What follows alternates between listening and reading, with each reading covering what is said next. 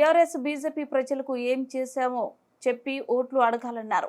Congress MLC అభ్యర్థి తీన్మార్ మల్లన్న ఖమ్మం నగరంలోని సంజీవరెడ్డి భవన్లో మాజీ ఎమ్మెల్సీలు కపిలవాయి దిలీప్ కుమార్, బాలసాని లక్ష్మీనారాయణలతో కలిసి మీడియా సమావేశంలో పాల్గొన్నారు. మల్లన్న ఖమ్మం జిల్లా పట్టభద్రుల ప్రశ్నించే గొంతుకను శాసన మండలికి పంపించేందుకు కాంగ్రెస్ పార్టీకి మద్దతు ఇవ్వాలని కోరారు. తనను గెలిపిస్తే ప్రజా సమస్యలపై పోరాడుతున్నానని తీన్మార్ మల్లన్న అన్నారు.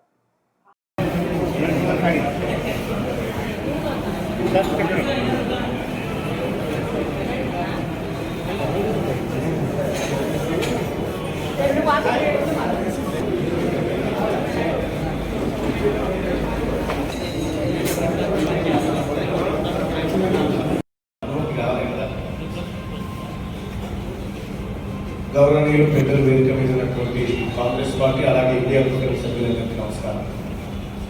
మొట్టమొదట ఎమ్మెల్సీ ఉప ఎన్నిక, ఈ ఉప ఎన్నికను క్రియేట్ చేసినటువంటి టీఆర్ఎస్ పార్టీ ఓవైపు ఈ ఏడాదికి 2 కోట్ల ఉద్యోగాలు ఇస్తామని చెప్పినటువంటి భారతీయ జనతా పార్టీ మరోవైపు ఇక్కడ అభ్యర్థులు నిలబెట్టింది. ఏ అర్హత లేకుండా అసలు పట్టభద్రుల ఓట్లు అడగడానికి రవ్వంత హక్కు లేనటువంటి పార్టీలు ఇవాళ మేము ప్రశ్నించే గొంతుకలని చెప్పి వాళ్ళిద్దరిని గౌరవిస్తూ ఉన్నారు. వాస్తవానికి సోదరుల ఈ ఎన్నికల్లో ఏ ఎన్నికల్లో అయినా ప్రజలే పెద్దవాళ్ళు, ప్రజలే గొప్పవాళ్ళు, పట్టభద్రులే మేధావులు గొప్పవాళ్ళు. కాబట్టి వాళ్ళు మేధావితనంతో ఆలోచిస్తారు. కాబట్టి వాళ్ళ ప్రతినిధిగా ఎవరు ఉండాలని వాళ్ళు నిర్ణయించుకుంటారు.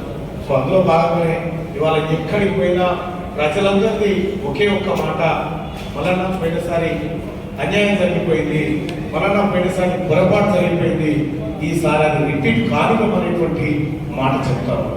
వాళ్ళందరికీ కూడా పట్టభద్రులందరికీ కూడా పేరు పేరు నమస్కారం తెలియజేస్తాము. అలాగే హైదరాబాద్ నుంచి ఈ వరంగల్, నల్గొండ, ఖమ్మం పట్టభద్రుల ఎమ్మెల్సీ ఉప ఎన్నికను మానిటరింగ్ చేస్తున్నటువంటి కోఆర్డినేషన్ కమిటీకి అలాగే అందులో సభ్యులందరికీ మరోసారి ధన్యవాదాలు తెలియజేసుకుంటూ ఈ రాబోతున్నటువంటి 27 తారీఖు రోజు ఉప ఎన్నిక ఉంది.